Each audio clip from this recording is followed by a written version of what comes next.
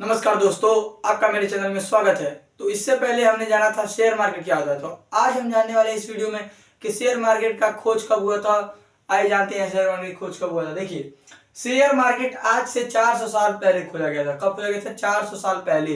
अब वो कैसे खोला गया था ये जानते हैं। देखिए, जो शेयर मार्केट था वो आज से 16वीं शताब्दी मतलब 1600 BC के वंश में शेयर मार्केट की खोज हुई थी। ठीक है ना दोस्तों। अब देखिए, मैंने लिखा शेयर मार्केट स्टार्टअप 400 डेगो मतलब 400 साल पहले शेयर मार्केट की खोज हुई थी। ठीक, अब देखिए लिखा है 1600 दी डच ईस्ट इंडिया कंपनी थी जो आज नीदरलैंड में है। अब देखिए दोस्तों, आपको मैं पहले आराम से एक एक लाइन सुनाने चलता हूँ। देखिए, एक कंपनी थी उस समय, the Dutch east India company. The Dutch east India company जो ये कंपनी थी 1600 शताब्दी में। कब? 1600 शताब्दी में की बात। ठीक, तब शेयर मार्केट की 1600 शताब्दी में किया, 1600 शताब्दी में खोज हुई थी शेयर मार्केट की। पर जो आज आज इस समय the Dutch east India company, ये कंपनी की है नीदरलैंड की। कहाँ? नीदरलैंड। और नीदरलैंड एक देश है। ठीक है दोस्तों, आपको इतना समझ आ गया। अब जानते हैं, अब चलते हैं आगे 1600 शताब्दी में। देखिए तो दोस्तों, जो 1600 शताब्दी में the Dutch east India company थी, जो डच ईस्ट इंडिया कंपनी थी, ये कंपनी क्या करती थी? ट्रेड करती थी। क्या करती थी? ट्रेड करती थी। अब ट्रेड उस समय था नहीं, पर कैसे आए जानते हैं कैसे। देखिए दोस्तों, उस समय मैप क्या? World map. जो वर्ल्ड मैप था, वर्ल्ड मैप नहीं था। वर्ल्ड मैप नहीं था। ठीक, तो समुंदर के रास्ते जो नाव रहती थी, क्या रहती थी? नाव।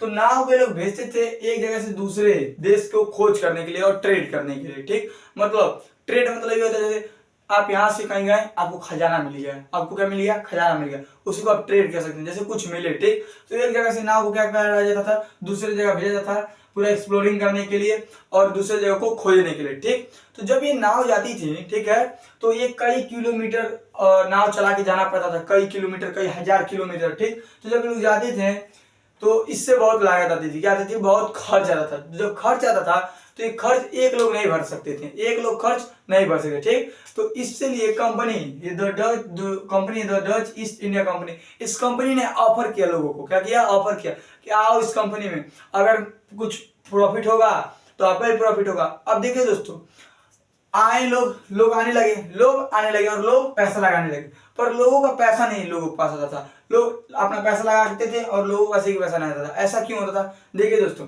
जो नाव जाती थी इसका 100 में से कितना? 100% में से 99% ही चांस रहता था कि नाव अब वापस नहीं आएगी।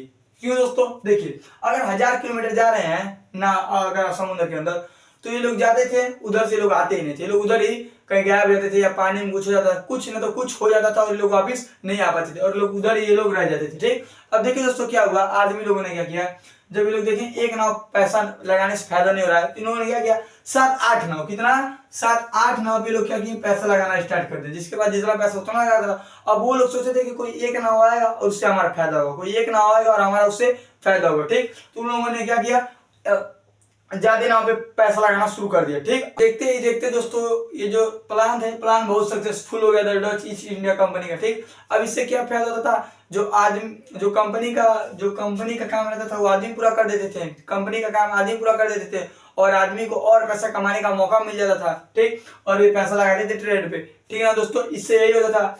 अब देखिए दोस्तों, आपने हिस्ट्री में पढ़ा होगा the Dutch east India company. ठीक, ये उस समय बहुत प्रॉफिट में चली गई थी, बहुत ज्यादा प्रॉफिट में चली गई थी और बहुत हाईलाइट हुई थी कंपनी। ठीक है दोस्तों, उस समय मतलब इसी तरह से ट्रेडिंग का क्या हुआ, ट्रेडिंग इसी तरह से आया। ठीक है दोस्तों, आज से 400 साल पहले।